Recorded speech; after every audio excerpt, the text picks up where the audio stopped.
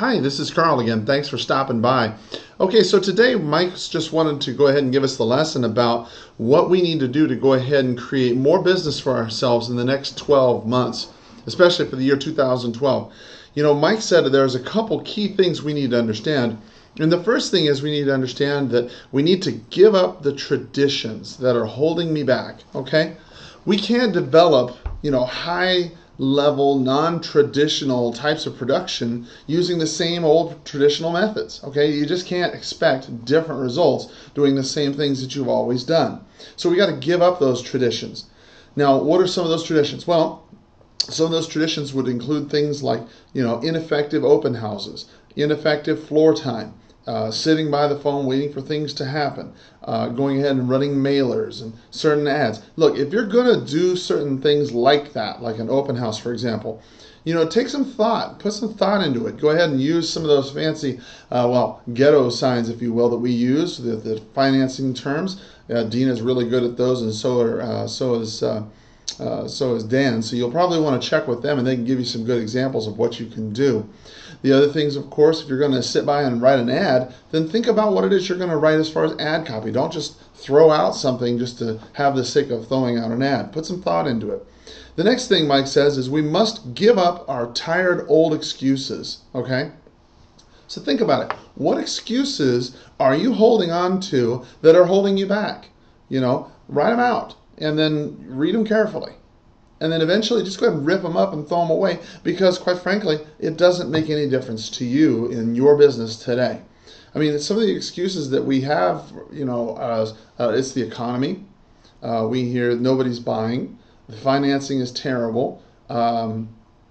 Nobody wants to do anything right now. It's a terrible market. What are those old excuses that you keep hearing? And I bet you if you took a lot of time to respond or to think about it, you'd see that there are a lot of people out there who are not having those problems. A lot of people doing a lot of production. The next thing I think Mike said to us is that we need to understand the words predictable and duplicatable. Okay? In real estate, part of the problem is that it's this endless cycle of ups and downs.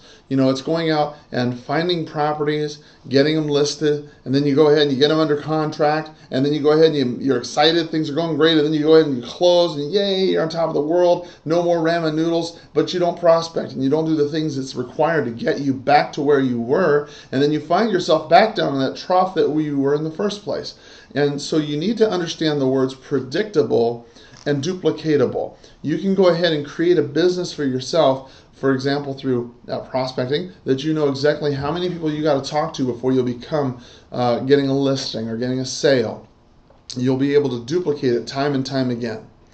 Number 4, Mike said we need to operate from a tight schedule. Okay, you can't just come breezing in at 10 in the morning and expect your life to change tomorrow. It's just not going to happen. Look at it this way. Mike said a long time ago that if you were to look at yourself as though you were maybe $150,000 a year supply or a salaried employee, okay? He said, would you look at your things that you did today, and would you give yourself a raise, or would you fire yourself?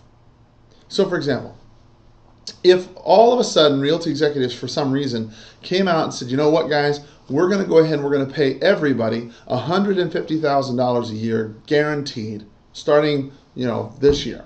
Okay, you're going to get paid regardless. What do you think we would expect of you? What do you think would be required? What kind of expectations do you think that we would have? See, you always have to ask yourself, is the kind of money I say I want to make, whether it be $100,000, $200,000, $300,000, whatever your goal is, if the money that I want to make was being paid by somebody else, what kind of expectations would they have of me? Would they be okay with me coming in at 10 in the morning? Would they be okay with me looking the way I look? Would it be okay if I just did what I wanted to do? More often than not, I think you would agree with me that the answer is no, that they would not be okay with that. That if if you're going to come work for me and I agreed that I was going to pay you $150,000 guaranteed, that there would be certain expectations of you. You'd have to show up on time every day. You'd have to prospect. You'd have to say things a certain way. You'd have to have certain goals and expectations and written out things like that. And the reason why we don't, as realtors, treat ourselves that way is because we're independent contractors. And Mike says, look, you need to understand that you have to operate from a tight schedule. The next thing he said is we need to identify what type of production, that I want. That way we can make the right decisions and move forward quickly. So for example, Mike said, number one, you could be a long-term, medium to low producer who relies a lot on your repeat and referral business. That type of agent right there, it's okay if that's what you want to be, that's perfectly fine. But understand that that is a type of agent. And that type of agent, you know them and I know them, those are the agents who like to go ahead, spend time in the office. They're not particularly crazy about going out and setting the world on fire. Then they're just going to rely on the people that they've dealt with in the past. And that's perfectly fine. Okay? The next type of agent is a long-term type of agent who buys their business. That agent is the one who goes out and runs, extensive ads or maybe billboards or bus benches or things like that. Is going to be in the business a really long time, but they're going to have their ads on everything and everywhere. Their name is on everything, but it costs a lot of money.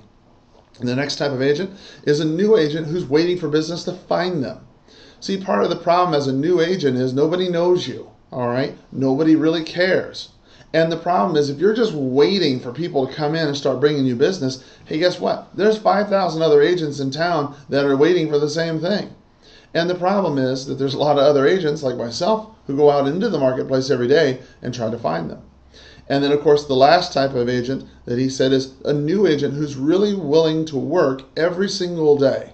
Okay? And remember, if your direction is wrong, then you're going to end up in the wrong place. If you look at Sell More Homes Now's channel on YouTube, you'll see a speech given by Anthony Robbins where he had stated that he was having trouble with his golf game and that his coach had told him, look, instead of hitting the ball such and such a way, hit it this way instead.